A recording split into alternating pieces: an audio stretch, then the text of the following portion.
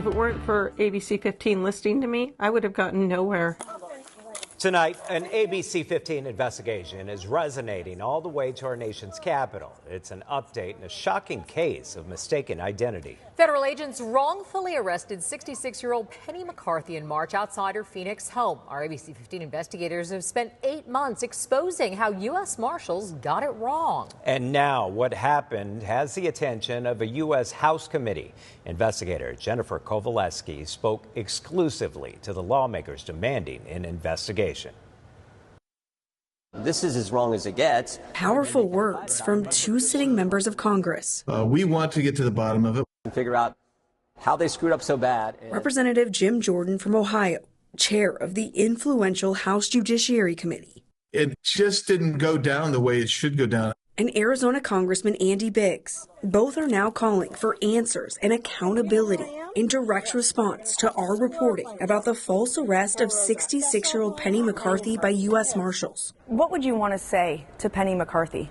Well, her government should tell her we're sorry. And that's why these lawmakers signed this letter asking for a formal Department of Justice investigation. What happened to Penny McCarthy was something that really shouldn't happen to anybody. Hands up! Hands up! They're responding to this disturbing body camera video ABC 15 fought for 6 months to obtain from the federal government. You have an arrest warrant. Turn away from the sound of my voice. Yes, for you. Who am I? Turn away. Turn around. We'll discuss. Turn away. You're going to get hit. What did you see in the body camera footage that stood out to you that raised concerns? Well, just the facts. You got a 66-year-old lady, Miss McCarthy, in her driveway, and the U.S. Marshal Service comes up, guns drawn. The footage shows 6 U.S. Marshals armed with rifles wrongfully arresting Penny outside her Phoenix home in March. You turn around again, you're going to get taped. Understand? Court records show federal agents thought Penny was this wanted fugitive from Oklahoma who had violated her parole on a 2-decade-old warrant for nonviolent crimes. But they were wrong. You do want to confirm who I am? Put your hands behind your back. Put your hands behind your back. We'll discuss this later. Never discussed it later. Stop moving and stop looking back. Stop looking back! She asked, I think you got the wrong person. They threatened to tase her, and they detain her for 24 hours. And, of course, they got the wrong individual. Penny, your reaction to this letter? I'm loving it. I love how it was written. I love the truth behind it. I'm thrilled. The lawmaker's letter to the Inspector General says, "We are very concerned at both the Marshals' carelessness and excessive force during this encounter. The U.S. Marshals' lack of regard for Mrs. McCarthy's due process rights is very troubling, and oversight is necessary to ensure similar abuses do not happen in the future." The big question is why? Even if you had the right person, it's a 66-year-old lady. Do you need to treat her that way? Was it just a horrible mistake that took place, or is there some other systemic issues that we have to address? But what happened that day still impacts Penny. I want to go back to believing in the America I believed in before this happened.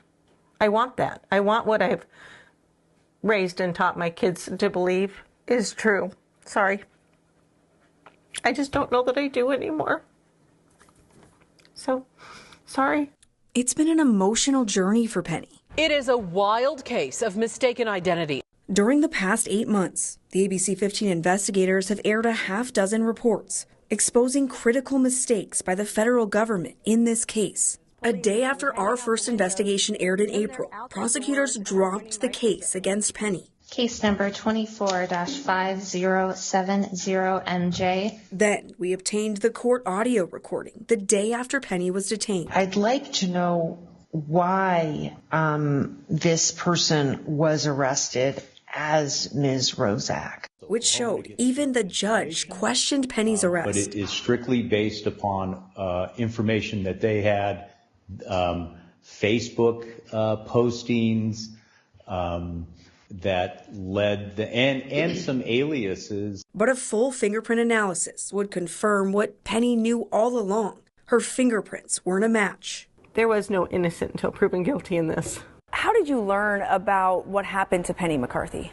You're reporting. The fact that you guys were reporting on this actually brought it to our attention. And if you hadn't reported on it, it likely would have gone without notice of myself and the chairman of the Judiciary Committee, Mr. Jordan. After lawmakers sent this letter to the DOJ, Representative Biggs says he spoke with the U.S. Marshal Service. They welcome an investigation. They also want to get to the bottom of it. They have questions as well. We've got to tighten this ship up. I mean, this can't go on. I want this to go as high as humanly possible, and I want somebody to shine a light on this. Now, 8 months after Penny was wrongfully placed in handcuffs and detained in federal custody. It certainly gives me hope compared to everybody else telling me that you just can't touch these people. Here's the bottom line. The Inspector General has exclusive authority to investigate this kind of misconduct. Representative Biggs says it could take 6 months to a year to complete. Both lawmakers are asking for findings and recommendations in that letter. And all of this could lead to a hearing on Capitol Hill. I'm investigator Jennifer Kovaleski, ABC 15, Arizona.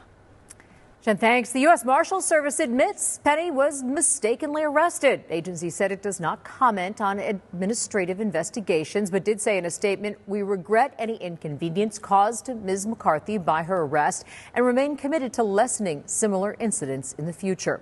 Our ABC 15 investigators continue to follow this story. Walking around that bus crash scene, it was unlike anything I think I've ever experienced. It all started as a guided bus tour to one of Arizona's most popular tourist destinations. It ended, though, in a deadly crash just feet from the Grand Canyon. Our ABC 15 investigators spent months fighting to obtain critical details and pushing for accountability. Tonight, investigator Jennifer Kovaleski has exclusive interviews with the victims and the untold story of what happened. It's on traffic accident rescue 415 at Grand Canyon West. I was just thankful to still be alive. They say everyone responds differently to trauma. In Terminal 1 for a bus rollover. I just remember him looking at me and saying, "Oh my God, my leg."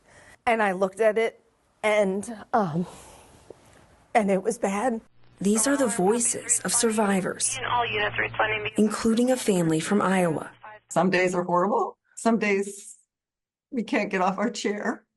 But we go on. Tragically, their 20-year-old granddaughter didn't make it. She was always the light of our lives. There needs to be accountability. The date was August 1st, 2023.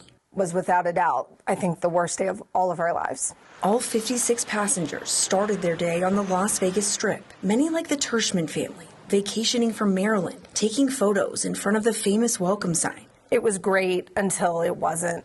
Before boarding a tour bus they thought was safe on their way to the skywalk at the Grand Canyon. We chose this tour because you could walk out on this acrylic walkway, but we never made it that far. The bus was almost to the parking lot. And all of a sudden, we went down into a ditch. We lost control. It hit like a car or two. Lots of people started screaming, and then it seemed as though we accelerated into the parking lot. Unknown injuries at this time. Angela Tershman captured these photos after escaping the bus. Like a disaster area. These images were taken by the Mojave County Medical Examiner's Office. The first time we're seeing the devastation up close. I kind of like blocked it out in a way. The bus rolled over before slamming into 3 parked cars. It was a lot. Everyone on board was injured. Headed to Grand Canyon West. EMS helipad. You're listening to the emergency response. Flight for Life helicopters flew out 8 of the most critical patients. It's going to be about 3 minutes out from the helipad now. Including Angela's 19-year-old son, Kyan. And I looked at my leg and it was like open, and I saw like the bone and I guess everything in my leg. The images of his injuries are too graphic for television. This is a photo of Kyan being taken away on a stretcher. Watching him being wheeled to that helicopter was difficult. After countless surgeries, here's what Kyan's leg now looks like, and they're still waiting for the nerve to regenerate. Hoping and praying for Kyan's full or close to full recovery. They knew what happened, but for 7 long months, they never knew why or what caused the crash until the ABC 15 investigators obtained this report. Angry? Sad? New tonight, the ABC 15 investigators have exclusive details about a fatal tour bus crash. When we aired our first report last summer, we knew it was a tragic accident, and the bus company, American Transportation Systems, had a history of safety violations. But our journey for accountability didn't stop there. We spent nearly 5 months fighting to get this crash report, a public record from the Arizona Department of Public Safety, trying to get answers for everyone on this bus.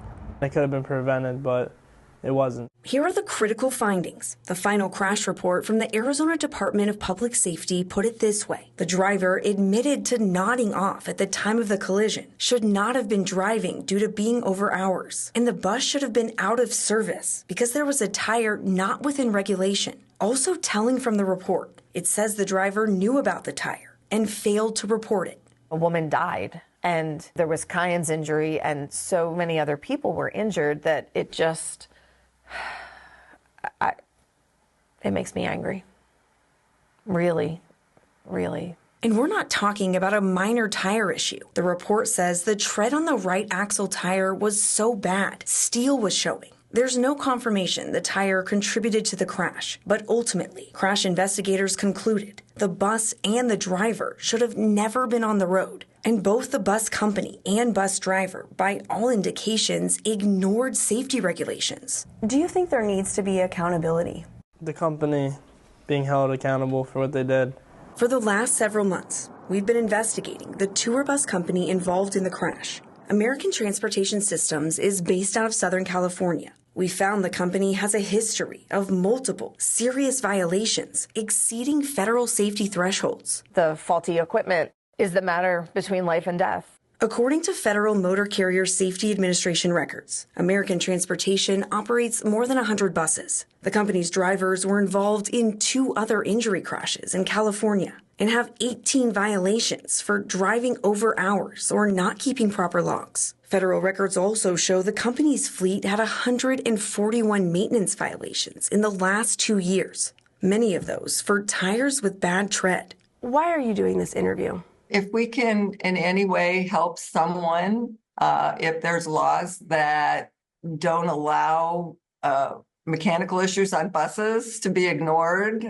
Duran Burghart's 20-year-old granddaughter Landry was the one killed in the crash. Landry she's our only grandchild. Her family is still not ready to talk about that day last summer, but recently filed this lawsuit against the bus company and bus driver, claiming negligence. When it gets to be a bad day, then we have to remind ourselves that we have to live like Landry because she would want us to be happy. She says 3 generations boarded that bus, and this is the last photo they have together at the Hoover Dam. Yeah, that was the day before the accident.